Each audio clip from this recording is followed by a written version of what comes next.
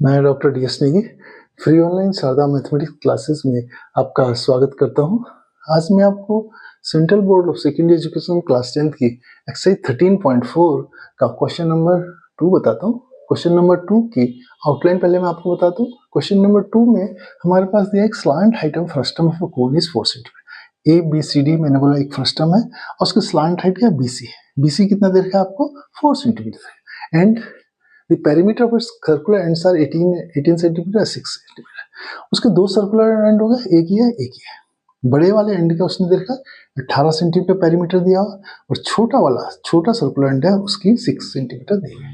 हमें इस फ्रस्टम का ABCD का कर्व सरफेस एरिया निकालना है। ठीक है, कर्व सरफेस से पहले हम गिवन क्या क्या हमारे पास देखिए, इस एंड का पेरीमीटर और इस एंड का पेरीमीटर।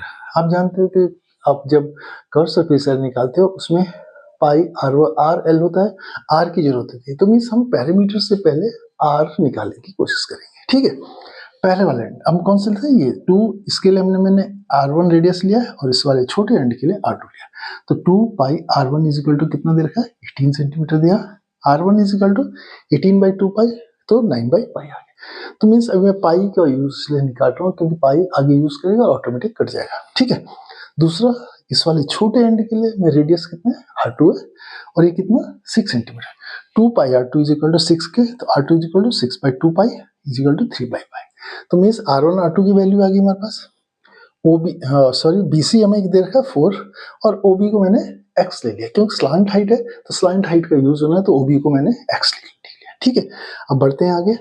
अब हमें निकालना है curve surface area frustum. Frustum क्या हमारा ABCD है। ये कैसे निकालेंगे, पूरे कोन के ODC कोन के कर्व सरफेस एरिया में से कर्व सरफेस एरिया OAB निकाल देंगे। मीन्स बड़े कोन में से छोटे कोन का माइनस कर देंगे कर्व सरफेस एरिया, तो फर्स्ट टर्म ABCD का कर्व सरफेस एरिया आ जाएगा। इसलिए मैंने लिखा, देखो curve surface area of ABCD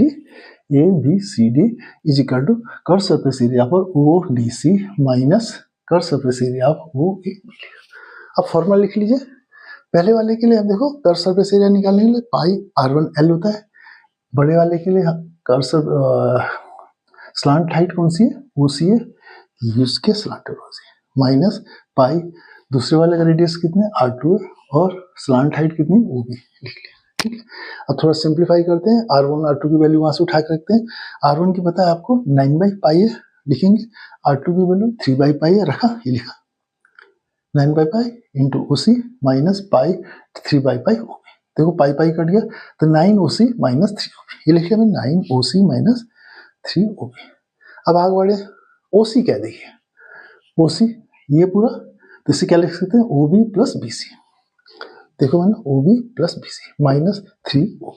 अब खोल दीजिए, सिंपल ब्रैकेट खोलना है, 9OB plus 9BC minus 3OB। देखो 9OB है 3OB है, तो 6OB plus BC 9BC 6OB plus 9BC। अब OB की वैल्यू तुम्हें क्या देखो X लिए और BC से 4 लिखा। OB की जगह X लिखिए 6X प्लस BC 4 है, तो मैं 6X प्लस 36।